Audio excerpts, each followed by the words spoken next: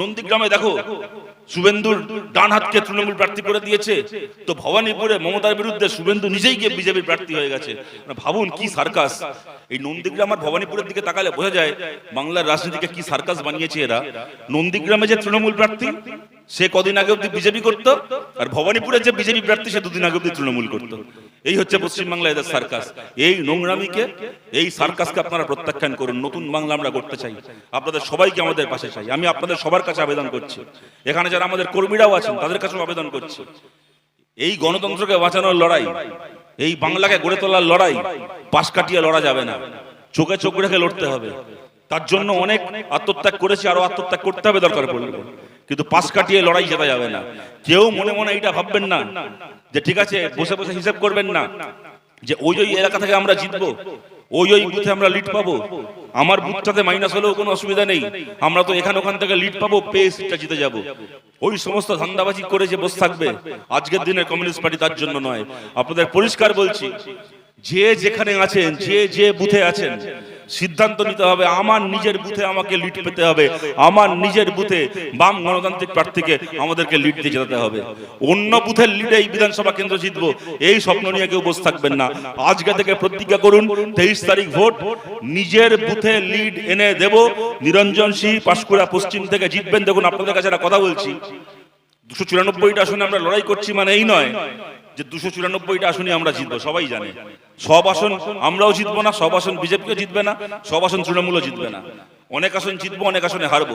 কিন্তু একটা কথা আপনাদেরকে বলছি, নিরঞ্জন সিং আমাদের জেলা পরিষদের সভাধিপতি ছিলেন এই জেলায়, আপনারা সবাই চেনেন। আমাদের পার্টির তিনি সম্পাদক। আজকের তারিখে আমাদের পার্টির সম্পাদককে পার্টি একটা আসনে প্রার্থী করেছে মানে পার্টি সেই আসনটাকে খালি লড়ার জন্য নয়, আসনটাকে কিন্তু আমরা জেতার জন্য লড়ছি। আমরা জিতবো বলে লড়ছি পাঁশকুড়া পশ্চিমে, খালি লড়বো বলে লড়ছি না। যদি খালি পাশ কাটিয়ে খালি লড়ার জন্য লড়তাম তাহলে আমাদের পার্টির সম্পাদককে সেখানে প্রার্থী করা হতো না। আমরা জেতার জন্য লড়ছি, আর এই জেতার লড়াই নিজের বুথকে বাদ দিয়ে নয়, নিজের বুথে জিততে হবে, নিজের বুথে লিড পেতে হবে।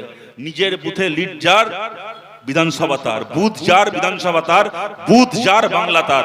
নিজের বুথে লিড পাবেন, 4 তারিখ লাল আবির খেলবেন, 4 তারিখ থেকে বাংলার চাকা ঘোরা শুরু করবে। মমতা ব্যানার্জির জমানা বাংলায় শেষ হবে, বামপন্থীরা নতুন করে ফিরে আসবে।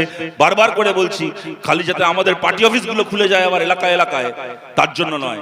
আমাদের পার্টি অফিস খুললো কি খুললো না বড় কথা নয়, বাংলার বন্ধ হয়ে যাওয়া স্কুলগুলোকে খুলতে হবে, বাংলার বন্ধ হয়ে যাওয়া কলেজগুলোকে খুলতে হবে, এই নদীর ধার ধরে শিল্পাঞ্চল বন্ধ হয়ে যাওয়া কারখানাগুলোকে খুলতে হবে, আইসিডিএস অঙ্গনবাড়ি সেন্টারগুলোকে খুলতে হবে।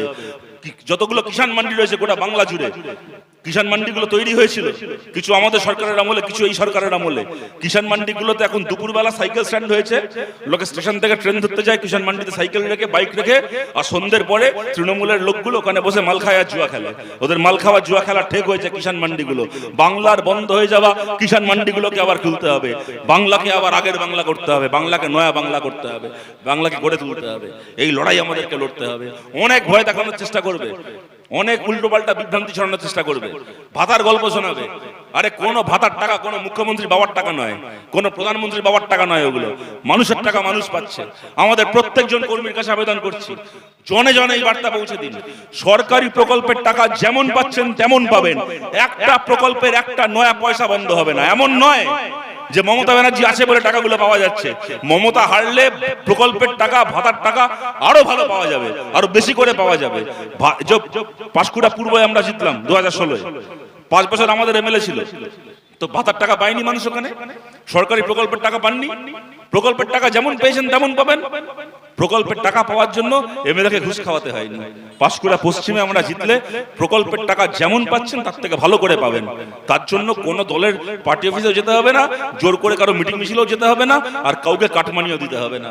আপনাদের সবার কাছে আবেদন করছি, তৃণমূল গোহারা হারবে, কিন্তু আপনারা জানেন বুথে বুথে আমাদের কর্মীরা রয়েছে। বিজেপি হাওয়ায় হাওয়ায় সমস্ত ডায়লগ বাজি করে, ওদের বুথে বসার লোক নেই। বুথকে রক্ষা করতে হবে আমাদের তৃণমূলের হাত থেকে। গায়ের জোরে বুথ দখল করতে আসলে আপনাদেরকে সোজা কথা, সোজা ভাষায় বলছি, আমরা চাই শান্তিপূর্ণ ভোট হোক, কিন্তু আমরা অশান্তিকে ভয় পাই না। আমরা শুভেন্দুর মতো ওই কেন্দ্রীয় বাহিনীর ভরসায় ভোট করি না। আপনারা দেখেছিলেন পঞ্চায়েতের আগে শুভেন্দু কেন্দ্রীয় বাহিনী বলে ছুটছিল। আমরা বলেছিলাম কোনো কেন্দ্রীয় বাহিনী লাগবে না, জনগণের বাহিনীর জোরে আমরা ভোট করব। জনগণের বাহিনীর জোরে ভোট করেছি। পশ্চিমবাংলায় বিজেপি মুছে গেছে পঞ্চায়েতে, তৃণমূলকে আমরা দৌড় করিয়েছি। এইবারও বলছি কোনো কেন্দ্রীয় বাহিনীর ভরসায় থাকবেন না। ওই টিভিতে এখন অনেক কিছু দেখাবে, কেন্দ্রীয় বাহিনী এই করছে, নির্বাচন কমিশন ওই করছে, এই সব আমাদের দেখা আছে। প্রত্যেকবার এরকম বড় বড় কথা শুনি, ভোটের দুদিন আগে থেকে খুঁজে পাওয়া যায় না। কোনো কেন্দ্রীয় বাহিনীর ভরসায় থাকবেন না। যোগাযোগ রাখতে হবে, নির্বাচন কমিশনের সঙ্গে যোগাযোগ রাখতে হবে, বাহিনীর সঙ্গে যোগাযোগ রাখতে হবে, কোথাও কোনো সমস্যা হলে অভিযোগ করতে হবে, কিন্তু এই আশায় থাকবেন না যে ওই অভিযোগের ভিত্তিতে কোনো কাজ হবে। জানবেন পশ্চিমবাংলায় কিন্তু যেরকম ইডি সিবিআই বাইরের রাজ্যে বাঘ, অন্য রাজ্যের মুখ্যমন্ত্রীদেরকে ধরে ফেলে, এখানে মুখ্যমন্ত্রী ভাইপোকে ছুতে পারে না। ইডি সিবিআই যেমন মোদির বাহিনী, বাইরের রাজ্যে বাঘ, বাংলায় এসে বেড়াল হয়ে যায়, সেরম কেন্দ্রীয় বাহিনী। অন্য রাজ্যে বাঘ, ওরা বাংলায় আসলে ওই মোদির বাহিনী তখন দিদির বাহিনী হয়ে যায়।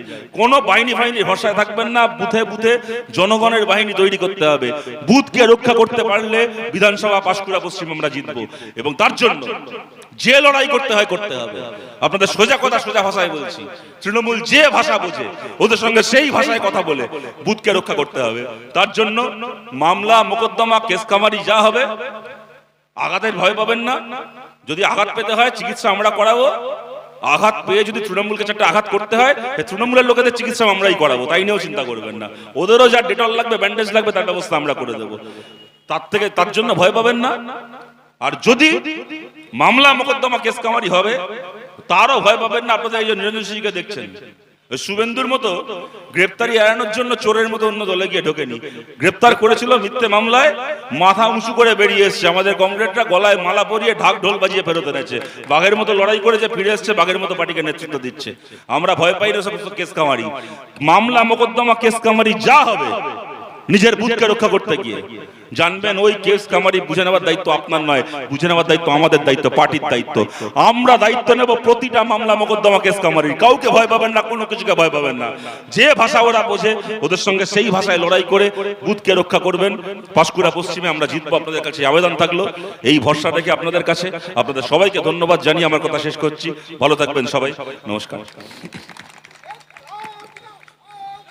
যদি আমরা সরকারে যাই তাহলে আমরা হাতে কলমে সেই কাজগুলো করব। যদি আমরা বিরোধী হই, আমরা বাধ্য করব সরকারকে সেই কাজগুলো করার।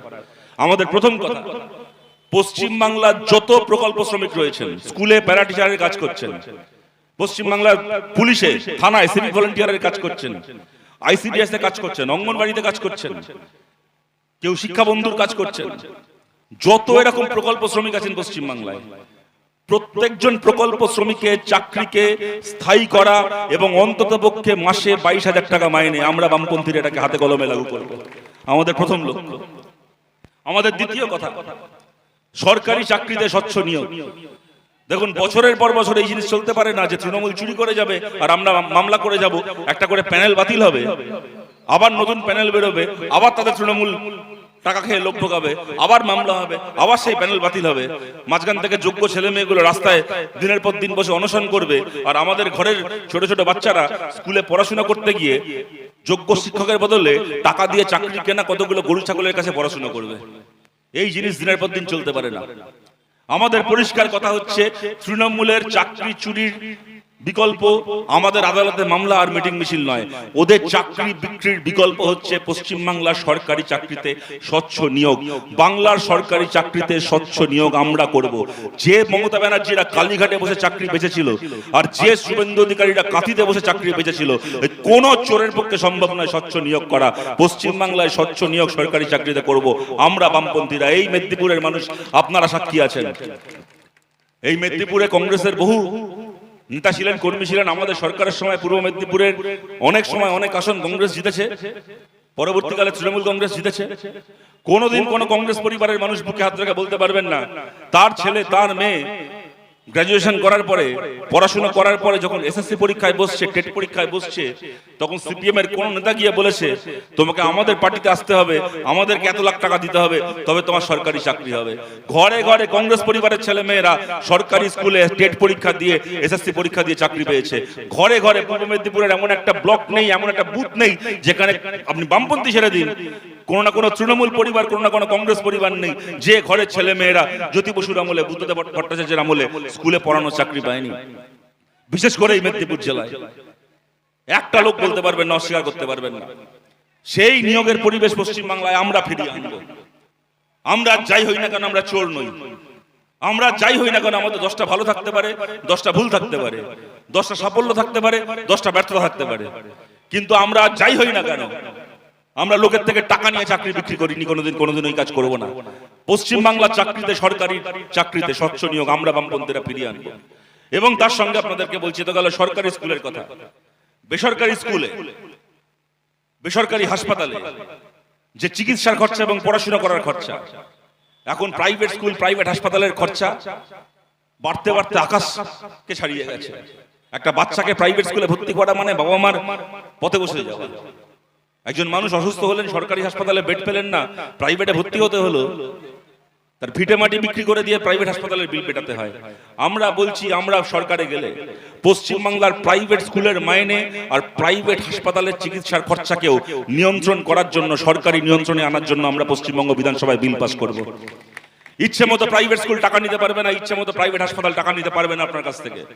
আমরা কখনো কথা বলবো না যে প্রাইভেট স্কুল আর প্রাইভেট হাসপাতাল ফ্রি হয়ে যাবে, টাকা দিতে হবে, কিন্তু সেই টাকা ওই সোনা রূপো হীরের গয়নার দামে হতে পারে না। মানুষের সাধ্যের মধ্যে প্রাইভেট শিক্ষা এবং প্রাইভেট হাসপাতালের চিকিৎসাকেও মানুষের সাধ্যের মধ্যে বেঁধে ফেলতে হবে। সেই বেঁধে ফেলার জন্য বিল আমরা পশ্চিমবাংলার বিধানসভায় আমরা আনব।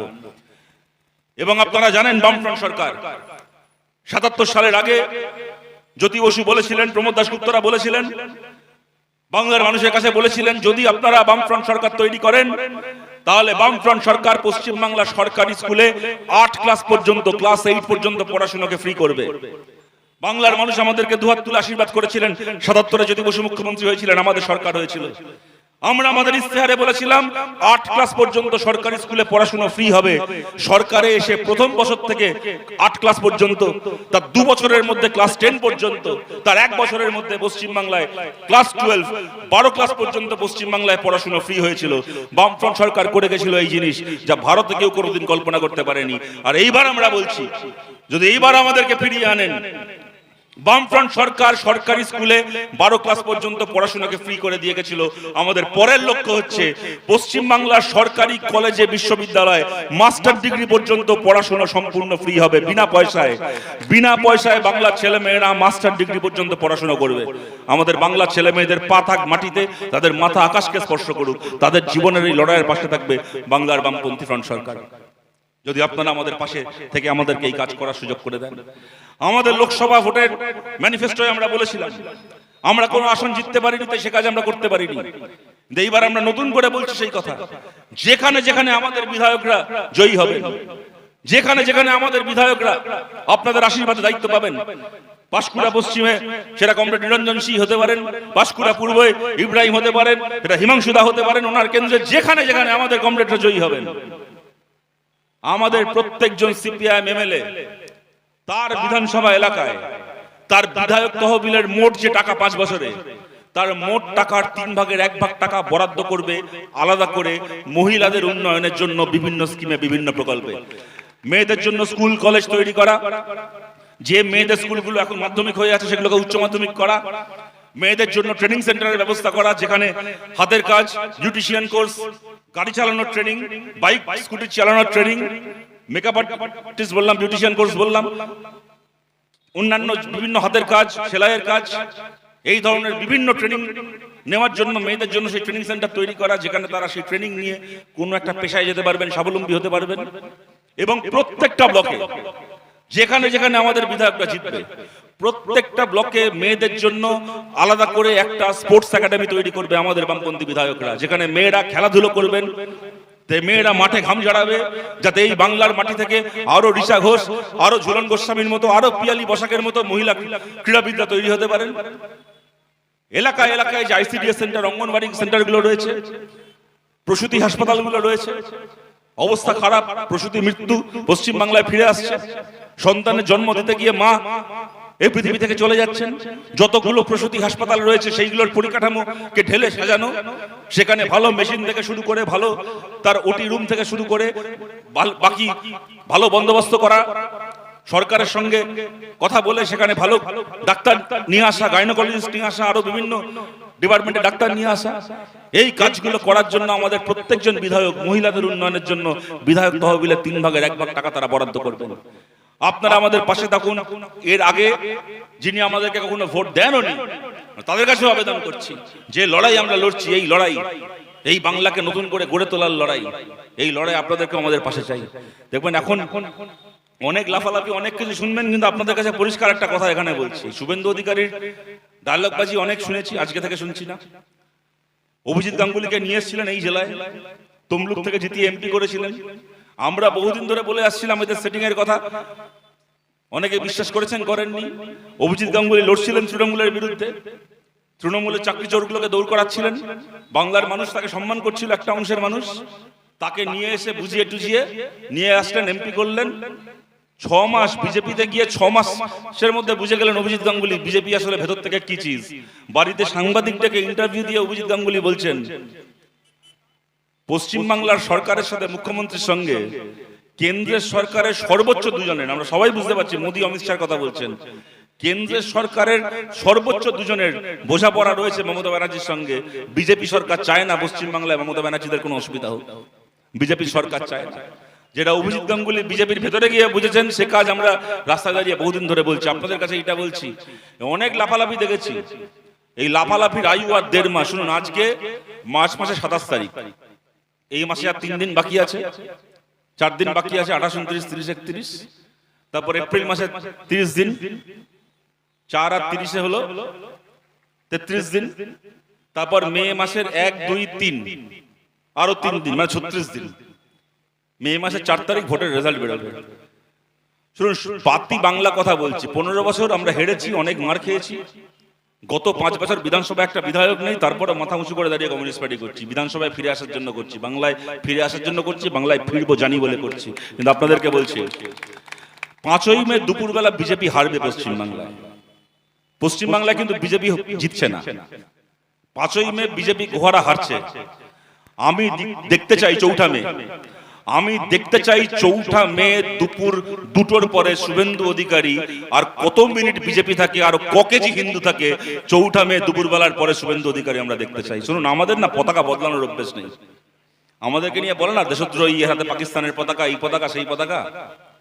আমাদের পতাকা বেচার অভ্যেস নেই। শুভেন্দু অধিকারীর হাতে একটা সময় কংগ্রেসের পতাকা ছিল, তারপরে তৃণমূল থেকে ভালো অফার পেলো, হাতে কংগ্রেসের পতাকা ফেলে দিয়ে তৃণমূলের পতাকা তুলে নিল। তারপর বিজেপি থেকে ভালো অফার পেলো, তৃণমূলের পতাকাটাকে ফেলে দিয়ে হাতে বিজেপির পতাকা তুলে নিল। আজকে ওর হাতে ভারতের পতাকা রয়েছে, কালকে পাকিস্তানের কাছ থেকে ভালো টাকা পয়সা পাবে, ভারতের পতাকা ফেলে দিয়ে পাকিস্তানের পতাকা তুলে নেবে এই শুভেন্দু অধিকারী। আরে আমরা কোনোদিন হাতে লাল পতাকা বিক্রি করিনি, আমরা কোনোদিন দেশের জাতীয় পতাকাও বিক্রি করবো না। যে পতাকা নিয়ে জন্মেছি সেই পতাকা নিয়ে মরবো। শুভেন্দু ফুমেন্দের কাছ থেকে আমাদেরকে দেশ শিখতে হবে না, এ সমস্ত পতাকা বেচা মালের কাছ থেকে আমাদেরকে পতাকা শিখতে হবে না। কিন্তু আপনাদেরকে বলছি, ও 3টে পার্টি পাল্টেছে জীবনে। এই মে মাসের 4 তারিখ বিজেপি হারবে পশ্চিমবাংলায়। বিজেপির অনেক পুরনো নেতা রয়েছে, দিলীপ ঘোষ হয়তো তারপরে বিজেপি করবেন, শ্রমিক ভট্টাচার্য তারপরে বিজেপি করবেন। কিন্তু এই সমস্ত পতাকা বেছে খাওয়া মাল যারা মন্ত্রী হওয়ার জন্য তৃণমূলে গেছিল, তারপরে আবার ওখানে ভাইপো এসে গেছে বলে দেখলো তৃণমূলের আমি একদিন যুবরাজ ছিলাম, এখন মমতা ব্যানার্জির নিজের ঘরের যুবরাজ এসে গেছে, আমার সেই অকাত থাকলো না তৃণমূলে, আমি চললাম বিজেপিতে। এইসব যারা করেছে না, তারা হারার জন্য বিজেপি করেনি। যেদিন বিজেপি হারবে পশ্চিমবাংলায়, পরের দিন থেকে কিন্তু বিজেপি পার্টিটাকে খুঁজে পাওয়া যাবে না পশ্চিমবাংলা থেকে। পরের দিন থেকে বিজেপি পার্টিটাকে খুঁজে পাওয়া যাবে না, এই সমস্ত নেতাগুলোকে খুঁজে পাওয়া যাবে না। এই মাটিতে আমরা ছিলাম, আমরা আছি, এই মাটিতে আমরা থাকবো। বামপন্থীদেরকে জেতান। পশ্চিমবাংলার পঞ্চায়েতগুলো এখন লুটের আঁকড়া, বাস্তু কুকুর বাসা হয়ে রয়েছে। যেখানে যেখানে বামপন্থীদেরকে জেতাবেন, পঞ্চায়েত তৃণমূল যেভাবে দখল করে থাকুক না কেন, তৃণমূলের চোরগুলো যদি পঞ্চায়েতে বসে চুরি করে, পঞ্চায়েত ভোট পশ্চিমবাংলা আবার পরে কবে হবে দেখা যাবে। তৃণমূলের দখল করা পঞ্চায়েতগুলোতে বসে বসে চুরি হচ্ছে, লাথি মেরে বার করবো ওগুলোকে পঞ্চায়েত থেকে, লাথি মেরে বার করে জনগণের পঞ্চায়েত তৈরি হবে পশ্চিমবাংলাতে। যতগুলো পুরসভা গায়ের জোরে দখল করে রেখেছে, জনগণের পুরসভা তৈরি হবে। এদেরকে তো আপনারা দেখছেন, এদের চরিত্র। এই জেলাতে শুভেন্দুর ডানাত ছিল এই পবিত্র কর, নিজের দলের সে তৃণমূল কংগ্রেসের রবীন্দ্রনাথ মান্না বলে ওদের পার্টির নেতাকে, তৃণমূলের নেতাকে খুন করেছিল। তৃণমূলের নেতাকে খুন করেছিল, করে 6 মাস জেল খেটেছে। তৃণমূলের সরকার জেল খাটিয়েছিল, তাকে ফিরিয়ে এনে এখন তৃণমূলের প্রার্থী করেছে। মিডিয়া এখন বিজেপি আর তৃণমূল দেখিয়ে বলছে দেখো